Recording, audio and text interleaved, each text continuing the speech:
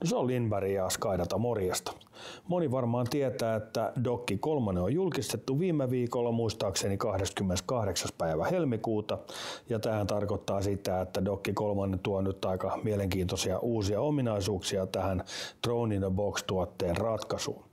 Ja tähän perustuu nyt uuteen Matrix 4-sarjan laitteeseen, eli se on muuttunut siitä Mavic 3. Ja se tarkoittaa sitä, että siellä on myös monia uusia ominaisuuksia itse Drone-puolella. Käykää katsomassa ihmeessä meidän kotisivuilta skydata.fi osoitteesta uutta Dokki 3. Sieltä löytyy aika paljon jo tietoa. Siellä on myös vertailutaulukko Dokki 2 ja Dokki 3 välillä.